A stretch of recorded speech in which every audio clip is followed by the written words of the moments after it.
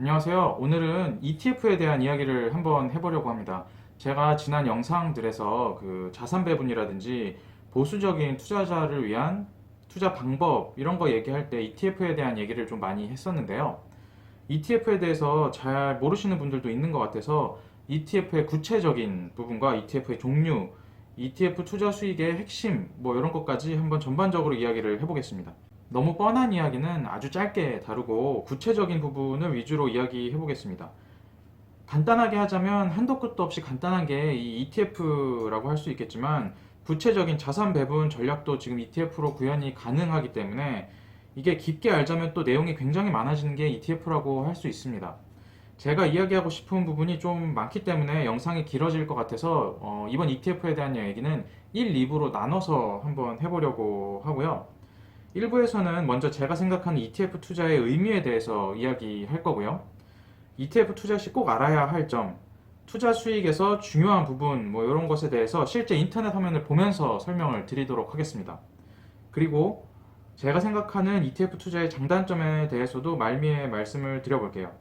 2부에서는 자산 배분 전략에서 실제로 쓰일 수 있는 여러 ETF에 대해서 종류별, 전략별로 구체적인 실제 화면을 보면서 살펴보고 제가 생각하는 인버스랑 레버리지 ETF 투자에 대해서도 이야기를 한번 해보겠습니다. 2부로 나눴어도 시간이 좀 많이 빡빡할 것 같습니다. 먼저 ETF 투자의 의미에 대해서 제가 설명을 짧게 드리겠습니다. ETF의 사전적 의미는 인덱스 펀드를 거래소에 상장시켜서 주식처럼 거래되도록 아주 편하게 거래하도록 만든 상품이라는 의미예요.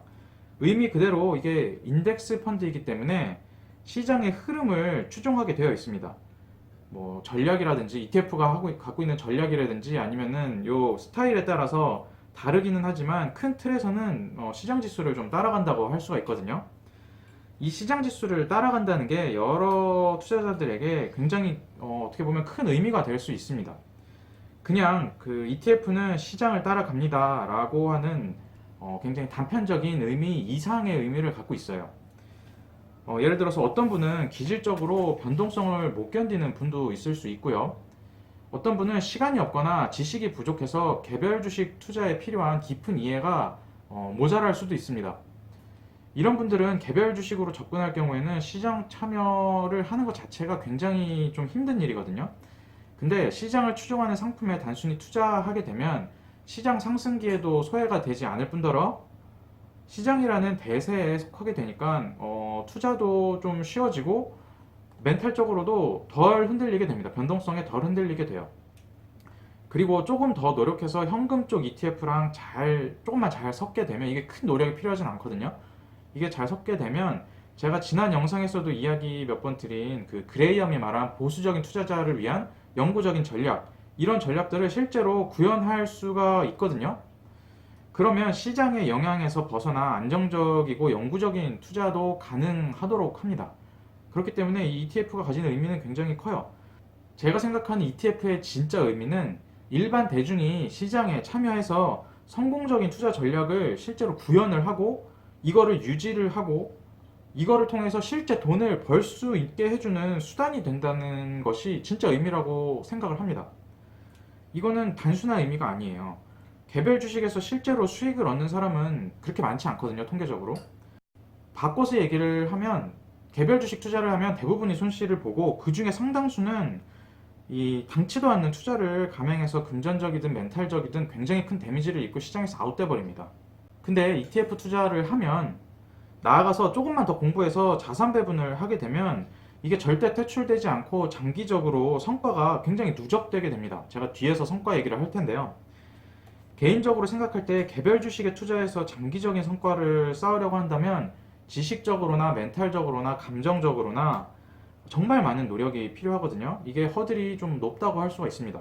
근데 ETF 투자를 이용하면 이 허들 자체가 좀 많이 낮아져요. 물론 노력을 해야 되고 알아야 되고 하는 것들이 있지만 허들 자체가 낮아집니다. 이게 ETF가 개인 투자자들에게 가지는 진짜 의미예요. 노골적으로 이야기를 좀 하자면 주식으로 돈은 벌고 싶은데 크게 아는 게 없거나 시간이 없으신 분들은 이 무조건 ETF 해야 돼요. 이거 막 말도 안 되는 주식들은 덥석덥석 사면서 ETF를 이용한 자산 배분이라든지 ETF를 이용한 그 시장에 대한 투자는 왜 안 하는지 잘 모르겠어요. 제가 ETF를 실제로 주변이라든지 회사에서도 굉장히 많이 권하는데 이거 실제로 하시는 분이 거의 없어요. 그러면 이렇게 대부분의 투자자에게 좋은, 대부분의 투자자를 장기적으로 승자를 만들어줄 수 있는 이 ETF를 투자하기에 앞서 알아야 할 것이 어떤 것들이 있을까요? 이 부분은 유튜브에 이제 다른 영상들에도 굉장히 잘 나와 있더라고요. 그래서 이거는 되게 아주 짧게 설명을 드리고 이게 실제로 어떻게 확인되는지, 투자 성과 등에서 어떻게 영향을 미치고 투자 성과에 어떻게 구현이 되는지를 인터넷 화면을 통해서 실제로 제가 보여드리도록 하겠습니다. 일단 ETF 투자를 하기에 앞서서 네 가지 점 정도를 알아야 됩니다. 먼저 당연히 내가 투자하는 ETF가 어떤 전략을 가지고 어떤 기초자산에 투자하고 있는지를 알아야 되고요. 두 번째로는 해당 ETF의 비용에 대해서 알아야 됩니다. 투자 상품의 비용은 장기 수익률에 미치는 영향이 굉장히 절대적입니다. 무조건 비용이 쌀수록 좋겠죠, 당연히. 이게 어쩌면 투자 전략 이상의 것일 수도 있어요. 장기로 누적이 되다 보면.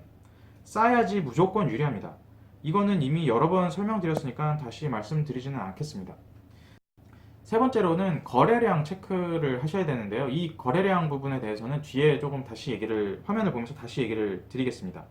그리고 정말 중요한 것은 분배금을 확인을 하셔야 됩니다. 분배금 정말 중요해요. 분배금 재투자가 왜 중요한지 화면을 보면서 제가 이따가 말씀을 드리겠습니다. 직접 보면서 말씀드릴 부분 중에 뒷부분이 이 분배금과 ETF 수익률에 대한 부분이거든요. 이게 거의 핵심이라고 할 수가 있습니다. 자, 이제 실제 화면을 보겠습니다.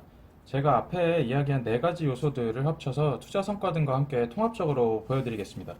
일단 그 네이버에 ETF라고 한번 쳐보세요. 그러면 이렇게 아래쪽에 ETF가 쭉 뜨거든요. 여기서 ETF 더보기를 클릭하고 들어가면 국내 상장된 ETF들이 쭉 나옵니다.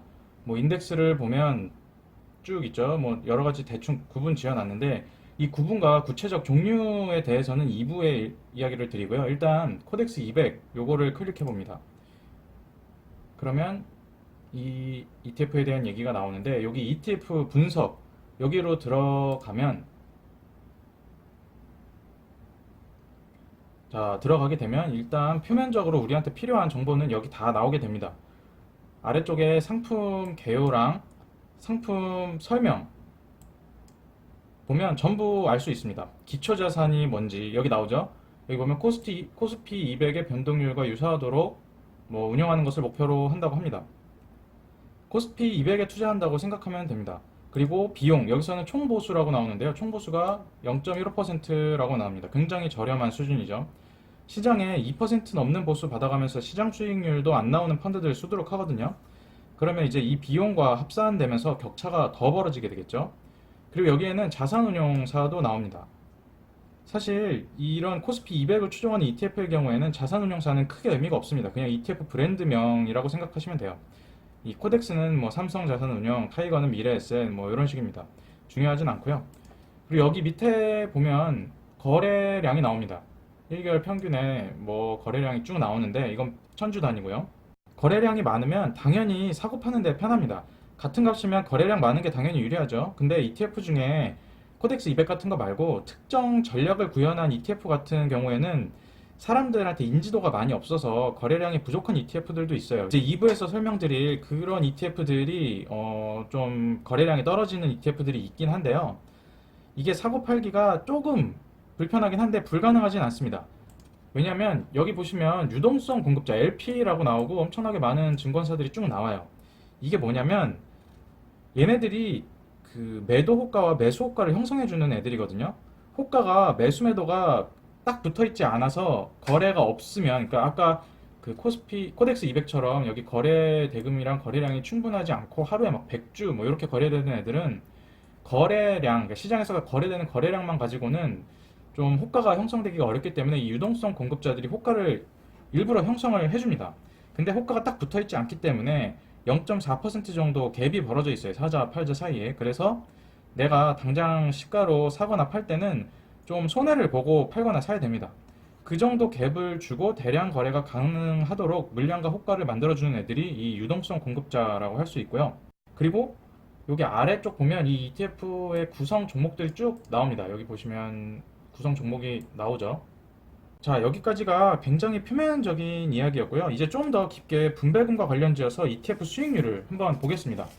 이게 네이버 화면에서는 구현이 잘 안 되니까 ETF 홈페이지로 직접 들어가야 됩니다. 여기 보면 상품 개요 쪽에 홈페이지 링크가 되어 있거든요. 들어가 봅니다. 자, 여기서 상품 정보의 전체 운영 상품 쪽으로 들어가면 ETF들을 각각 찾을 수 있는데, 저희는 코덱스 200을 보고 있으니까 여기서 코덱스 200을 검색을 합니다. 그래서 코덱스 200에 들어가 볼게요. 들어가면 네이버보다 조금 더 자세한 정보들이 나와요. 그리고 제가 아까 분배금 지급이 굉장히 중요하다고 말씀드렸는데, 여기 보시면 3년 분배금 지급 현황이 쭉 나옵니다. 분배금 지급 현황을 실제로 보면 굉장히 훌륭하죠. 코스피 대기업들의 배당 성향이 높아지면서 분배금도 개선되는 추세에 있습니다. 이게 앞으로 더 좋아질 거라고 저는 확신을 하고요. 자, 여기에서 중요한 게 이제 수익률인데, 여기 보시면 수익률 탭이 있거든요. 한번 보겠습니다. 클릭해보면 수익률이 이렇게 쭉 나옵니다. 이게 실제로 보면 뭔가 되게 복잡해 보여요. 여기 뭐 처음 보는 단어도 있고. 근데 이게 보기만 복잡하고 별게 없습니다. 이 부분의 이해가 ETF의 핵심이에요. 우리는 ETF에 투자해서 장기간 성과를 누적해야 되기 때문에 장기 성과를 보겠습니다. 설정 이후, 기형이면 뭐 길게 봐야 되니까 설정 이후로 한번 검색을 해볼게요. 이게 설정 이후로 보면 한 17년 정도 되는 기간이거든요. 여기 보면 2002년 10월부터 시작이 됐어요. 이 17년이란 기간 동안에 그냥 시장에만 투자하면 어떻게 되는지 보여드리겠습니다.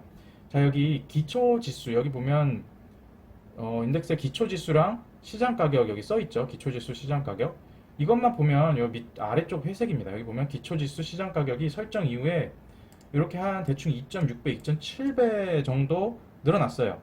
이 말은 코스피 자체가 2.7배 정도 성장했다는 얘기예요.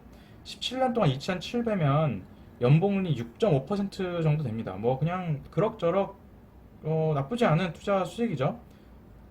근데 여기에 NAV를 보면은 설정 이후에 4배가 넘습니다. 이건 뭔데 4배라고 나와 있을까요? 4배면은 연봉率 9% 내외 정도로 굉장하게 훌륭한 수익을 거둔 거거든요.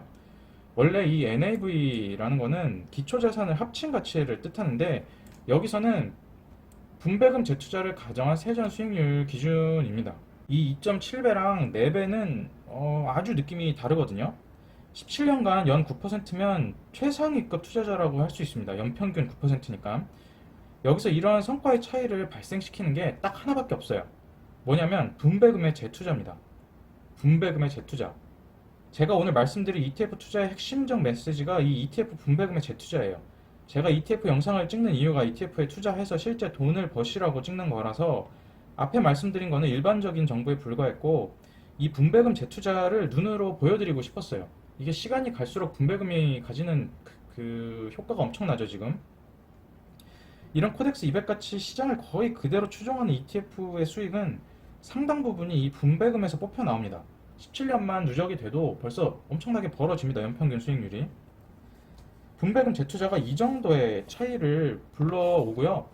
뭐 예를 들어서 지난 5년간 지옥 같은 박스권을 보더라도 기초지수는 5년 동안 불과 한 4% 정도 수익을 보여주고 있을 때, 분배금 재투자를 하면 13.8%의 수익을 보여줍니다. 이거는 시간이 갈수록 당연히 확대가 되고요. 박스권에서 계속 재투자한 거는 시장 상승기 때 격차를 정말 벌어지게 합니다. 사회초년생이 회사에 입사하자마자 자산 배분을 하면 더 좋겠지만, 뭐 그런 거 난 모르겠고, 그냥 매월 적립식으로 25년간 이 코덱스 200을 모으고 분배금도 전액 재투자를 한다면 은퇴 시점에는 엄청난 자산이 되어 있을 거예요. 분배금도 엄청난 수준으로 뽑혀 나올 수 있겠죠, 그때 되면. 분배금을 써버리면 안 되고 전액 재투자를 해야 됩니다. 그거를 보여드리기 위해서 제가 일부러 여기 화면에 들어온 거예요. 이 분배금은 내 돈이 아니고 그냥 다시 넣는 물건이라고 생각을 하셔야 돼요. 자, ETF를 설명하면서 장점들을 다 녹여서 설명을 했어요. ETF를 이용한 자산 배분 전략을 시행하게 되면 시장이랑 상관없이 꾸준하고 우직한 투자가 가능하다고 말씀을 드렸고요. 그리고 분배금 재투자를 계속 하게 되면 좀 더 우월한 수익을 뽑을 수도 있어요. 그렇다면 단점이 뭐가 있을까요? 제가 이제 그래프를 하나 보여드릴 텐데요. 이게 그 최근 2년간 개인 포트폴리오와 ETF 포트폴리오 성과를 비교한 그래프입니다. 최근 2년간 시장이 좋지 않았기 때문에 ETF 종류를 막론하고 성과가 별로였어요. 여기 보면 K200이라고 써 있는 이 빨간색이 그 코덱스 200, 코스피 200을 추종하는 겁니다. 여기는 100에서 시작한 거고요. 그리고 5평균, 6평균이라고 되어 있는 거는 제가 나름대로 그 스마트 베타라고 부르는 시장을 이기기 위해서 퀀트 전략을 적용한 ETF들도 섞어 놨는데 이게 성과가 마찬가지로 저조합니다. 조금 코스피 200과 대동소이하지만 조금 저조해요. 제가 이거를 왜 보여드리냐면 여기서 최대 단점이 도출이 됩니다. 이게 상대적 박탈감이 있을 수가 있어요. 장기로 보면 안정적으로 벌 수 있는 ETF도 제가 아까 보여드린 것처럼 17년으로 보면 굉장히 안정적이죠. 여기 4배 정도 증가하니까요. 근데 이렇게 2년으로 가까이 보게 되면 안 좋은 구간도 생기고 개별 투자자들이랑 격차도 벌어질 수 있어요. 요즘처럼 5G 장비주들 날아가고 작년처럼 바이오 날아가고 이러면 마음이 굉장히 흔들립니다. 그래서 와 이거 별로네. 이거 뭐 투자 수익도 별로 안 나오네 라고 착각을 할 수가 있어요. 자기가 경쟁한다고 생각을 하거든요. 근데 ETF 투자자는 누구랑 경쟁해야 되는 게 아닙니다. 여기 보시다시피 장기로 성과가 누적적으로 쌓이게 되는 구조거든요. 근데 나도 저 정도는 할 수 있다. 나도 개인 투자자들 같이 할 수 있다.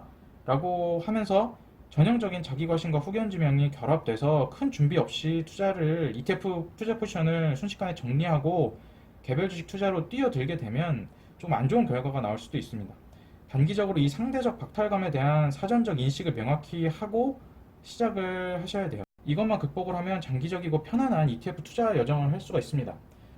네, 여기까지가 1부에서 말씀드릴 내용이고요. 2부에서는 ETF의 구체적인 종류, 뭐 ETF의 투자 전략, 그리고 자산 배분에 쓸 수 있는 ETF들, 뭐 인버스, 뭐 레버리지 이런 거에 대해서 좀 구체적으로 더 알아보도록 하겠습니다.